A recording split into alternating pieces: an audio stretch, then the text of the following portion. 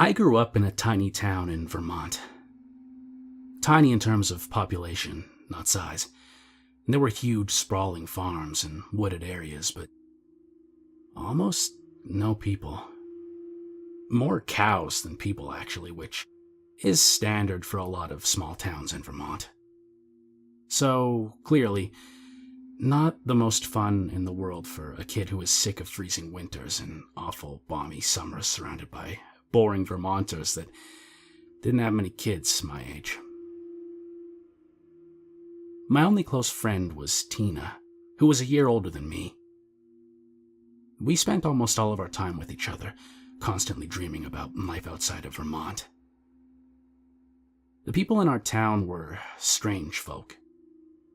Different than in other places. One thing I didn't realize about small towns until I moved to the city is how incredibly superstitious the people could be. They believed in the strange, the paranormal. They believed in Luvia. Luvia was an older French-Canadian woman who had moved to Vermont when she met her husband.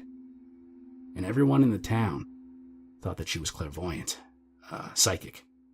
Even my own parents did. One day, my mother lost her wedding ring. She had looked around everywhere for it. They called Luvia, and she immediately told them it was under old, rotting wood. They looked in the backyard, where my father had been tearing apart a decaying piano he'd found. My mother had helped him one day. And the ring was there, under old, rotting wood. After hearing a lot about Luvia from older townsfolk who seemed to think she was 100% credible, Tina and I decided to go see her one evening to try to find out whatever she could tell us about the future. I was skeptical, but it seemed like a fun thing to do as a joke. So, we dropped by her house in the early evening, and she opened the door as we walked up the pathway to her house, before we even had a chance to knock. Tina elbowed me hard in the ribs and whispered that Luvia was clearly a psychic. She sensed us coming to the door. I whispered back that it probably had more to do with her house being full of windows and the fact that she probably saw us coming from a long mile away. Either way, I started to feel strange the minute we got closer to her. She was very, very old, very tiny, and kind of sunken. Sunken eye sockets and sharp cheekbones and a sort of concave chest cavity. It was more than a little unnerving, but she smiled and was sweet to us, and I started to warm up to her.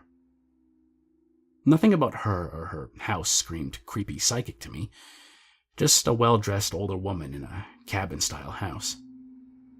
It actually looked like how you'd imagine any typical grandmother's home. Doilies, knitting, family magazines, etc. We told her that we were interested in a clairvoyant reading, and handed her about $20 that we'd scrounged together between the two of us. She led us to her kitchen table, and asked which of us wanted to go first. "What can you tell me about my love life?" Tina asked. Luvia had no crystal ball, tarot cards, or tea leaves. She just closed her eyes and sat silently for about 2 minutes. Then, she took a deep breath and said, "Michael Carton." Tina stared at her for a few seconds until Luvia repeated, "Michael Carton, the man you're going to marry. Michael Carton." Tina thanked her and repeated the name to herself a few times. "Michael Carton, Michael Carton, Michael Carton." Luvia then turned to me. "Whatever you can tell me, I'd like to hear," I said. "It doesn't have to be about my love life or anything." Luvia closed her eyes for a few seconds. But information about me seemed to reach her much quicker than her visions of Tina's husband. She looked straight into my eyes, grabbed my hands, and said, "The thing that will kill you is shedding its skin. The thing that will kill you is sharpening its teeth. The thing that will kill you is washing the blood off of its claws. The thing that will kill you is gathering skins. The thing that will kill you, you won't see it coming. The three of us sat there in silence for quite a while. I felt sick, shaken up. Luvia looked as if she wished she didn't have to tell me that. Is there anything I can do to stop it? I asked. Luvia slid our money back across the table to us. No charge for the reading. Tina and I slunk out of Luvia's house quietly. We didn't say a word on the way back to our houses. Tina just found out the name of the love of her life. I got to listen to a horrifying, cryptic message about my death. I was 12 years old. I was fucking terrified. When Tina left me at my doorstep, she tried to make light of the readings. How does she know who I'm going to marry? She asked. And it's not like some monster's going to get you. Some skin-shedding, bloody, sharp... It's not like some monster's going to get you. For years, I looked for it. The thing that will kill me. I could almost feel it. Sensed it just behind each car, swaying behind the trees at night, underneath the fresh snow, waiting outside my window. With every step I hesitated. Every time I tried to sleep, I could almost see it. What had she said about its teeth? I looked out for sloughed skin, for blood, for skins, for hides. But I never found it. When I was 18, I left for college in California to get far away from the snow and the cold and the thing that'll kill me. I stopped sensing it everywhere. My heart stopped pounding whenever I walked alone at night. Maybe, whatever it was, it stayed in Vermont. Maybe it wasn't a thing at all. People in California laughed when I told them the story, and it stopped seeming real. Just the ramblings of a tiny, ancient French-Canadian woman. It wasn't real. When I was 27, a wedding invitation came in the mail. Tina was getting married. This was the first I'd heard of it. I was still in California and barely kept in contact with anyone from back east. It almost seemed like a past life. You have been cordially invited to the wedding of Michael Carton and Tina... Wait. No. She clearly had the name in her mind. Michael Carton, and she sought him out. It had nothing to do with Luvia. Her predictions weren't real. They couldn't be. Clairvoyants don't exist. It's ridiculous to think that kind of thing happens in the real world. So I went to the wedding. Tina, Michael, and I laughed about the whole thing. The psychic knew. She predicted it. Of course she didn't. Tina and Michael decided it was nothing more than a funny story to tell their future children. Just tell us if you run into some beast with razor-sharp teeth that's gathering skins, okay? Then we'll think it's more than just a funny coincidence. I left the wedding as sure as I ever was that the thing that will kill me wasn't real. Didn't exist. I'd look behind the trees, behind the cars. Nothing was waiting for me. Nothing was ready to skin me, and I didn't know why I'd been scared for so long. The best thing about Tina's wedding was that we got back in touch for the first time in a very long time, and we were very different people than we had been as children, but we still shared more of a bond than we realized. She was happy, living in Vermont with Michael. She told me everything that was going on in our old town.